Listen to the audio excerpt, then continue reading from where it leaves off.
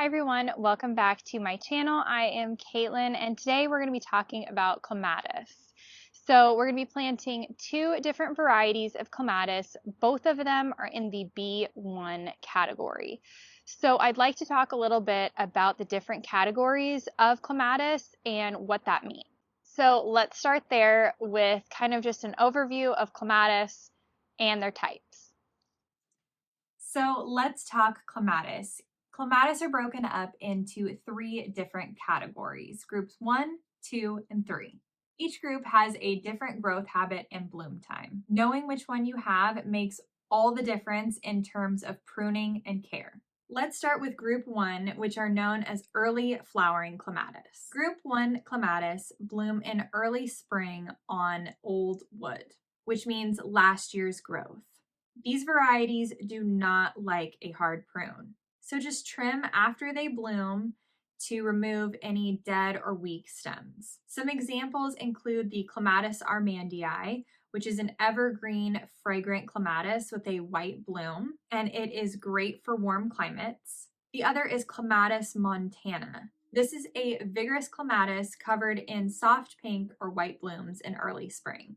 Next is group 2, or the large flowered clematis. These clematis bloom in late spring and again in late summer. These are often called repeat bloomers. They flower on both old and new wood. So pruning is about being gentle and careful. You'll want to prune in late winter or early spring, just removing your dead or weak stems. Some examples of these include the Nelly Moser that we're planting today, that soft pink with a magenta stripe down the center, Henryi, which has elegant white blooms and deep anthers, and the President, which is a deep, rich purple color. And typically they have a long bloom period.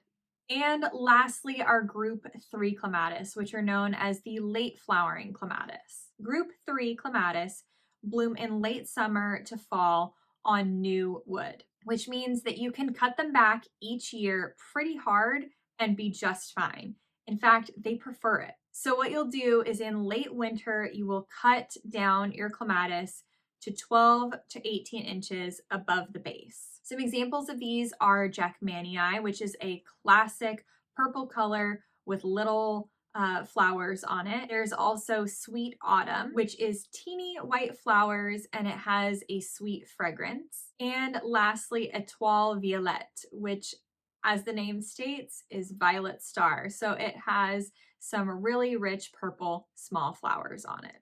So in summary, your group 1 flowers are going to be your early flowering clematis.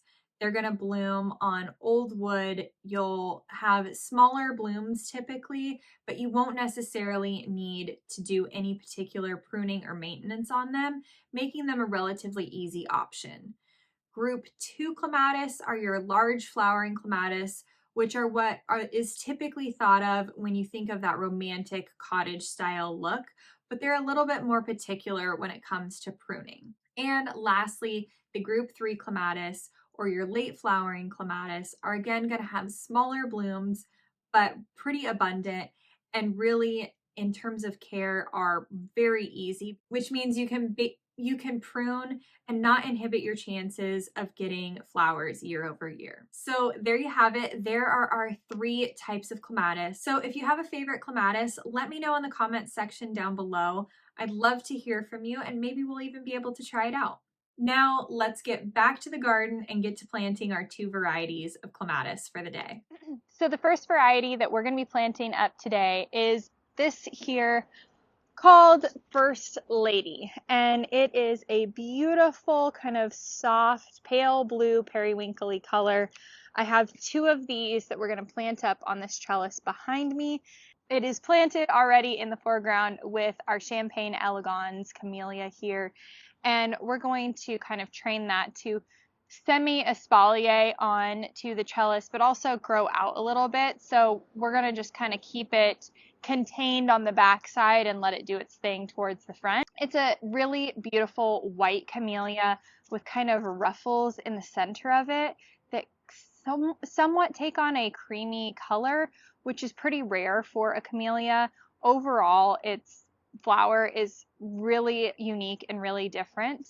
I'll show you a picture of what that looks like on the screen. I picked this one up at Nuccio's back in October, and I can't wait for this one to bloom. It's going to be so pretty. So back to our clematis here. So our first lady clematis is a type B. And what that means is that it flowers in the spring on old wood. So the best time to prune this type is right after it flowers in the spring. And then it will actually rebloom on new growth in about June-ish timeframe, early summer. So then it will set its buds for the upcoming spring, and again repeat the same process of blooming on the old wood from the prior year. You trim it back, it reflushes, bloom, and so the cycle repeats. So you actually get 2 cycles of bloom per year out of this B1 type, which is pretty nice and really easy to remember. Okay, this is when I prune this, if at all. Now, one of the things that I made sure of when I was picking out these clematis is I wanted to make sure that it had a few stems coming off of the root base. And that is because I want it to get really nice and full and thick. And so when I prune, I'm going to encourage those lateral shoots so that it gets nice and bushy. I also plan on planting 2 here. That way it gives a really, really nice full look. So let's get to planting these and I'll show you what it looks like when they're done.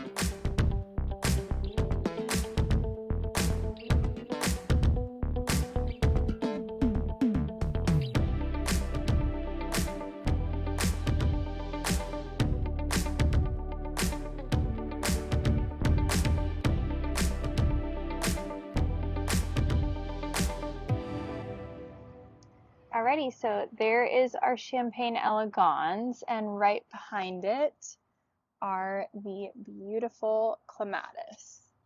I just love these blooms.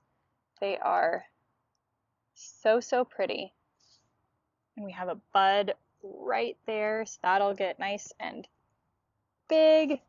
You can see how large these blooms are compared to my hand. They're just perfect. So the goal is for them to continue to just climb and climb and climb all the way up this trellis that is on the fireplace, and I think that it looks so pretty. I love the color, how soft the blue color is up against the black and then the white of the chimney. It's perfect. All right, so our next clematis is the Nelly Moser, and it is also a B1 variety. The difference is just the color. So this one has kind of a soft pink with a more magenta stripe down the center. And these blooms are a little bit faded out and being eaten by something.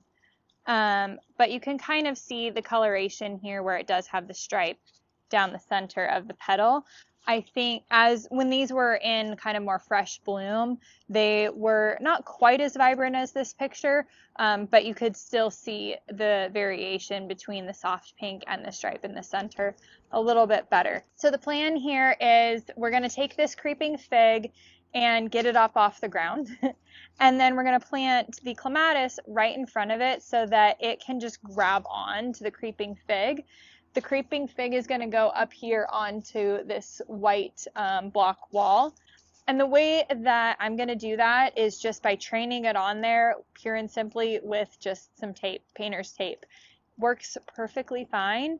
That's really the easiest way to train it up. So let's get started doing that, and then we'll plant our clematis right in front.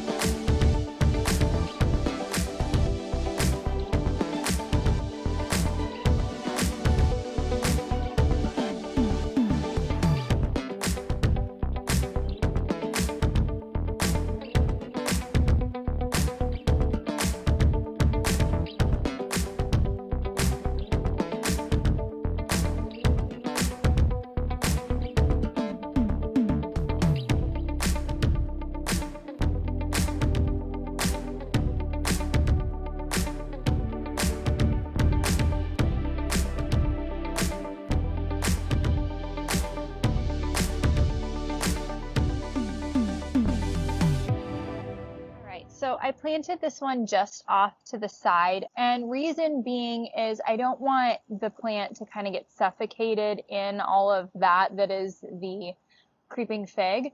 So I planted it just off to the side here, and when it gets trained up, it'll get trained up the wall in a similar fashion to the creeping fig and kind of become a part of the creeping fig in an essence. So that is going to be for today. I hope you enjoyed talking about clematis and the different types that are out there and what the best use case is for each. I also hope you enjoyed watching me plant up these two beautiful varieties that we now have in the front yard, and that it gave you some inspiration for your yard. I am on the hunt for a double flowering purple clematis to pair with my Claire Austin David Austin climbing rose that we planted over on the other side of the front yard. So if you have a suggestion for that, please let me know in the comment section below as well. Once again, thank you so much for watching, and I will see you next time. Bye.